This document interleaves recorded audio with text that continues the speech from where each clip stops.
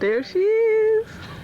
The track store. I was a young girl who had a mom who couldn't Look up, you hear me. sustain raising 2 children on her own because of her illness. I then was ensured my safety by my great-grandparents and my grandparents. And as a woman, I'm left with that one last warrior, as I'll call her, and that's my grandmother. My name is Joronda Montaño, and I live in Phoenix, Arizona, with my husband and 4 kids. I grew up in LA, Los Angeles, and I came to Arizona to run track for Arizona State University.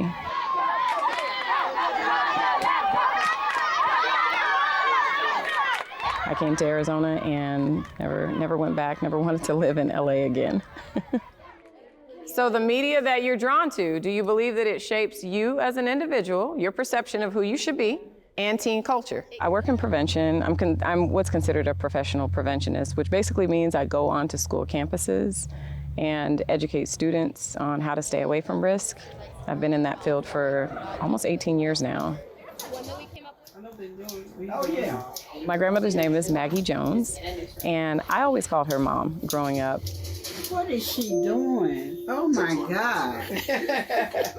You know how many videos we have and you are in none of them? Really? Yes. My grandmother's 85 now, and you wouldn't know it. She could probably run around the block. But at her height, she was almost 6 feet tall. And so I just thought my grandmother was a giant growing up. Did you ever play basketball? Oh, sure. You did? Shoot, I was a real basketball player. Oh, okay. You didn't know that? No, I knew you liked basketball a lot. Oh, yeah, I used to play in tournaments and everything. What?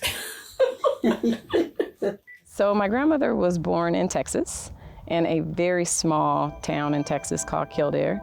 And there was a migration from the South to Los Angeles. That's where the jobs were. That's where a lot of Black Americans were going at the time, just for a better opportunity. And so they went to California, and from that point on, she's lived in LA, so since she was 12 years old. She's a crossing guard, and she has been there for almost 40 years. Everyone who passes by there knows her, and it's a pretty busy street. Hi, Mom Maggie. I just want to say you're one of the best street crossing guard in the world. And you are the sunshine of this corner. We were with our mom. She, struggled with substance abuse as a single parent. We moved in with our great-grandparents, my mom, my sister, and I. And in moving in with my great-grandparents, that was right next door to my grandparents. When my great-grandfather was sick when I was in the 9th grade, just one day my grandmother said, "You guys bring your stuff over to the house." And from that point on, we lived permanently at my grandmother's. She made sure that we had everything we needed. You know, whenever you come in the house, you're just welcome. You just feel like you're supposed to be there. Anybody who knew us then knew that my mom was starting to spiral. She was really having a hard time. I don't know, how did you deal with her as she was struggling with everything? Yeah. It wasn't easy, but it wasn't nothing I didn't know what to do about it. I would try to help her, but I didn't know how to go about the right way of doing it. You know? Yeah. But I accept her whenever she would come and go, you know. You know, my grandmother would see what she was doing, didn't like what she was doing, and not one time as she came in and out was she told that she couldn't stay. Even though it was my mom and I wanted my mom to be happy and healthy and all those things, I thought, but if you just show a little bit more tough love, you know, that'll work. That was not her style, ever. And I would get so upset as I got older, like, why can't you just be tougher? Nope, love was love to her. It wasn't tough love. This is my side. I got the little posters up there. MC Hammer, Lorenz Tate, got the Shack Attack. That's me.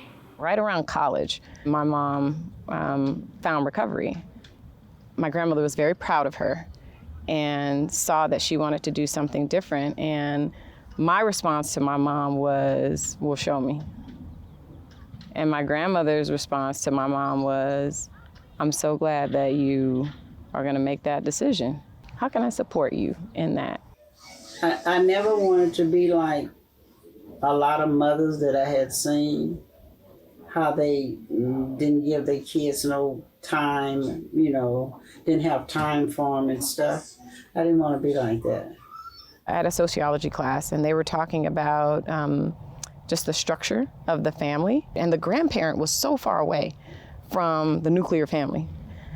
The thought was, oh, my family must be wrong. It's not structured like that. Of course, what I've realized over time is, no, you don't want that grandparent to be so far away. I mean, my great-grandfather, he was a cook in World War II, and he wasn't even able to cook for any person on the ship that wasn't Black. I wouldn't know that if I didn't talk to my grandfather. World War II could just be something that I read about in a book.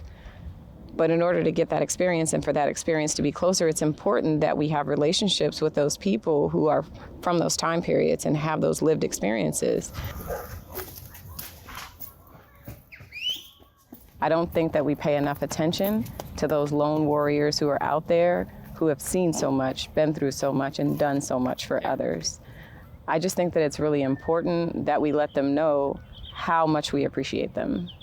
And even when they don't want to accept how awesome and amazing they have been and how much of a difference they've made in someone's life, I think it is really important that we make sure that they know it. Because we may not get another chance. We don't know when it will be the last time for us to say to them, thank you.